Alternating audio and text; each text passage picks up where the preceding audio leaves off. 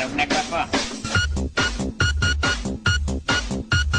Okay mga kamads, mga kaibigan, hindi po matatapos ang araw nang hindi natin pinag-uusapan ang napaka-controversial na Tambay Cup at ang cup ni Boss Kong TV na nagsabay. Alam mo, si Kong TV kasi sa pagkakakilala ko talaga, hindi yan talaga umaarit sa drama, di ba? Maraming iniwasang drama yan, kulob na lang, di ba? O yung mga nangongol out sa kanya na YouTubers. But eto kasi parang, sabi nga ng kaibigan kong si Garawi, parang coincidence, di ba? Pero I think nandun pa rin tayo sa coincidence part na yan. At saka siguro, kakahawig kasi nung TPC. Mamaya pa i-explain natin lahat yon. So, for today's video, si Pio muna ang unahin natin. Ikaw ay tambay ng... Ayan, now this is tambay. Ayan, tambay ng Montalban. Ayan, may mga reseller na siya. So, bumili naman kayo kung para hindi naman malugay yung mga reseller. Supportahan din natin, okay din yan para meron kayong collection. Kaso nga lang talaga, sobrang lakas talaga ng Team Payaman na ano ngayon, Cups ngayon kasi nga naglabas sila ng bago. Ang sabi nga daw ng iba, TPC daw, Team Payaman Cups. Eh, di ba kaparehas ni typical Pinoy craft, di ba? It's just a coincidence, malamang sa malamang, but pag-uusapan natin lahat yun dito. Kasi si Pio Balbuena kasi naglabas siya ng ito, yung na-discuss natin kahapon. So, medyo para sa akin kasi, may cornered market na kasi siya dito. Yung mga a-attend doon sa Sobel alumni parang homecoming. So, for me, meron na siyang automatic market doon plus yung mga nakikiusyusero. Ako, kung meron magkakamali dyan na nasa site ko, di bibilin ko na rin just for the lols, di ba? Siguro pamimigay ko or maybe I'm going to take it as parang souvenir, right? So, ngayon naman, eto na yung bagong pakulo. Hindi na 50k kapag nagka-t-shirt yung tambay. Baka gawin natin 63k isa. Sino naman bibili niyan, Pio? Medyo, eto, yung hoodie iniisip pa namin magkano. Bash to cash. 321, iyakan na. So, ayan, 3 to asar lalo. Sarap paldohan talaga ng mga tambay. Ayan. Well, yun nga yung... Meron akong nakitang isang post dito para daw pump and dump yung ginagawa ni Pio, di ba?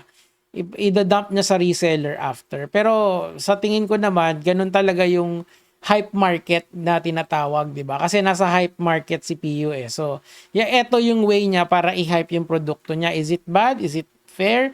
Is it all good? Well, nasa sa inyo yan mga lods kung anong sa tingin nyo ang tama't mali dyan. But, masarap din pag-usapan to para makita natin yung marketing strategies ng mga social media influencer. Ayan, so eto yung sa kanya, hype na ganyan. Tingnan na lang natin kung magiging mataas yung benta ni Pio. According to Pio kasi, ang going rate ngayon from 1,700 pieces, ang going rate ngayon is nasa 3,000 na daw. So, double your money yan. Sabi nga nila, diba? Congratulations kung meron kayong nabentahan ng ganyan. Now, let's go now dito sa post ni Kong TV. Kasi si Kong TV ngayon ay naglabas siya ng bagong sombrero. Saktong-sakto. Panoorin natin ng konti mga lods. Let's go. Welcome to Kong's ASMR video. Galing, no? Hindi ba mahaba yung kuko ko? Pabot nga mo. Ang taba din ng utak ni Kong kasi naisipan niya ng something na nakakatawa at saka alam ng lahat ng tao. Hindi drama yung ginamit niya. I think that's talagang yung, kung may kapangyarihan dito si Kong TV, ayan. Kasi karamihan sa mga YouTubers na kilala ko or at least interact ko, ang go-to nila lagi kapag gusto nilang bumenta yung kanilang produkto, pag walang-wala na talaga sila is drama. Alam ko nga, dati nga, meron pang mga nagpapaligan na ang tanging patakbo nila ay drama, di ba? Pero not Kong TV. Ang galing nga eh. Nakakatuwa. Okay, so tuloy natin. Muna nail cutter, Gio. Di naman iniisip mo rin eh. Para sa araw na ito, tayo ay mag-unboxing ng Team Payaman. Ang ganda nung box. Ang ganda nung box, parang pinag-isipan talaga. Magkano ba isa ngayon ng Team Payaman Caps? Hindi ko kasi sure eh. Kasi limited edition daw to. And eto, wait, meron tayong nakita rito. 2,600. I think naman, sa ganyan, mukhang sulit naman talaga kung ganyan yung quality, di ba? Kasi kay Pio, ang going niya is 1,700 eh. Minus mo na yung production cost doon ng mga, let's say, 800. Di ba? So, kung quality naman yung produkto mo, I think bibili ka. 'Di ba? Kasi limited edition and for keeps 'yan, 'di ba? Parang yung bigay sa akin ni Big Boy Cheng na sapatos. Hindi naman siya yung nagbigay, pero siya yung nag-fund noon eh. Kuha na lang daw ako. So, meron ako lost and found diyan. Hindi ko ibebenta 'yon, 'di ba? So, ipapamana ko na yun sa mga sa anak ko, 'di ba? So, ganyan din yung isipin tong mga ganitong bagay. Kasi once in a lifetime lang tong mga ganito eh. Lalo na kung limited edition talaga. Pag si Kong TV kasi nagsabi ng limited edition, malamang limited edition talaga yan. Tuloy. Meron tayong 3 collection dito ngayong araw. Gagi, ang ganda ng box. Papakita natin. Ang ganda ng box. I mean, magkano bang manufacturing ng box? Ba't ka ba tumatawa? Sorry, Parks, kasi Parks. Sobrang ASMR mo din. Ano ba yung ginagawa? For the... Here we come. What you think what you become, ha? Meron pang may at least motivational yung quote niya eh. Yung isa kasi essay eh. And explain yung buong filosofiya ng tambay eh. Well, kasi sabi ko nga sa inyo, kanya-kanyang marketing yan, di ba?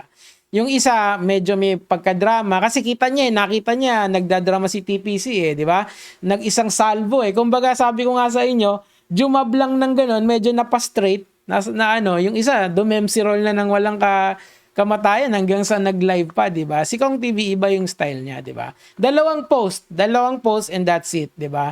May mga bumibili na and of course, kaming mga reaction video channels, magre-react kami, titingnan namin kung kaninong marketing style yung gumagana, di ba? So ako, mas gusto ko yung kay Kong TV kasi less drama at saka produkto talaga yung usapan. Yung box pa lang, para sa akin, panalo na eh. Para sa akin, kasi ganda talaga eh. Tingnan mo yung font. Di ba nakaangat ng onte, embossed? Kasi yung isa kasi, white lang. Di na, alam nyo naman lahat yun eh. Oh, di ba? Saan na natin, Kap? Pwede. Papakita natin. Napakaganda ng quality. O nga, mukhang mamahalin. Parang New Era. May New Era cup ako rito eh. Ang alam ko eh. Hanapin ko nga minsan. Tara na, Stitch. Madang loob. Meron lang ako yung tambay cup na tambay cup na construction cup. Yung buhos cup ko, teka lang. Susuot ko para para Gina G tayo. Ayan, tambay cup. Game. Gawa ni Lola. May flood control to, tol. Yan, may flood control ba yan? Kung TV. Kung walang flood control yan, GG yan. Yung apoy. Stitch din yan, boy. Alam mo ang lamang ni Kong dito, real talk, yung design. 'Di ba? Kasi mukhang pinag-isipan yung design eh.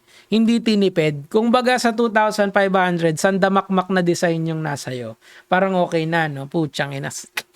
Sana ako si Malupiton, may libre. Wala, pangit nung akin eh. Tambay cup, construction cup. May sticker pa, oh.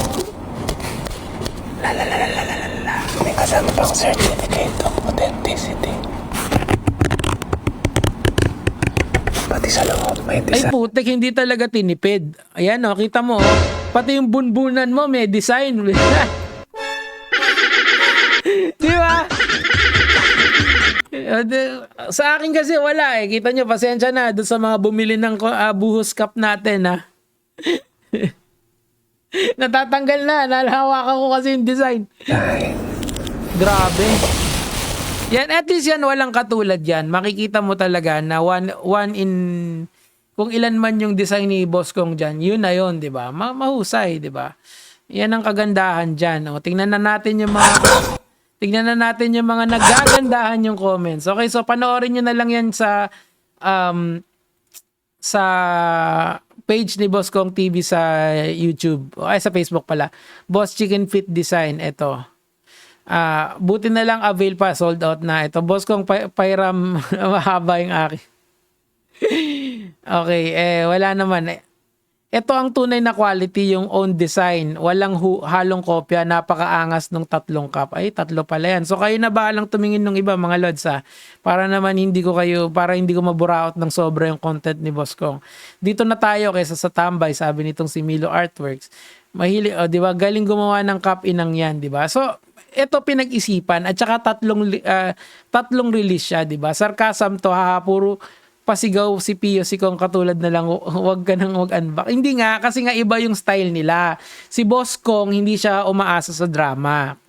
Yung isa, umaasa sa drama. Ganun, ano yan kanya-kanyang style yan mga lods Anyway, okay na to.